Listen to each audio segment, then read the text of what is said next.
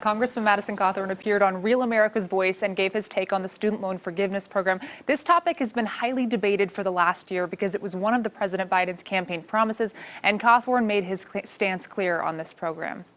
I believe in personal responsibility. If you sign the dotted line, I don't care how young you were, to take this student loan, then it's your duty to pay it back. But what we need to do is stop the bleeding and stop the hemorrhaging. We need to stop having these federally guaranteed student loans. Cawthorn gave an analogy to describe the dynamic between the higher education system and the federal government student loans. I mean, imagine if you're a store owner and you're selling pizza and you know that you're going to have very hungry people that are coming by your place and that they have a federally guaranteed loan system right across the street, and so they can pay whatever they need to get that pizza right then.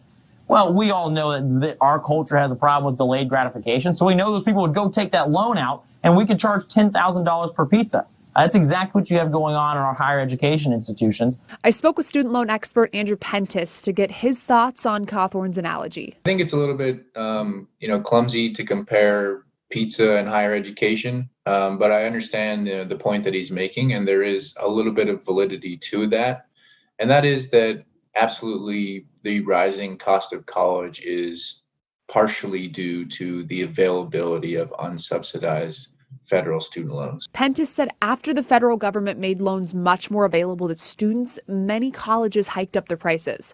As for Cawthorn's idea of stopping federal student loans, well, Pentis isn't sold. So I disagree with the idea of getting rid of federal student loans. I think then families nationwide of varying income levels would lose access to higher education, and that's not something that I think that would be good for our country.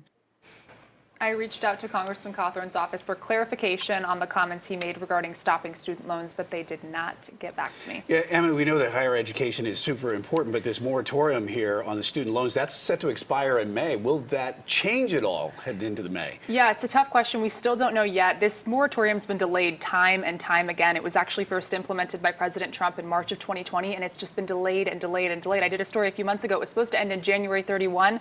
It got delayed to May 1, and we're hearing rumors that it might get delayed again. So we're going to have to wait for the White House on a response to that one, guys.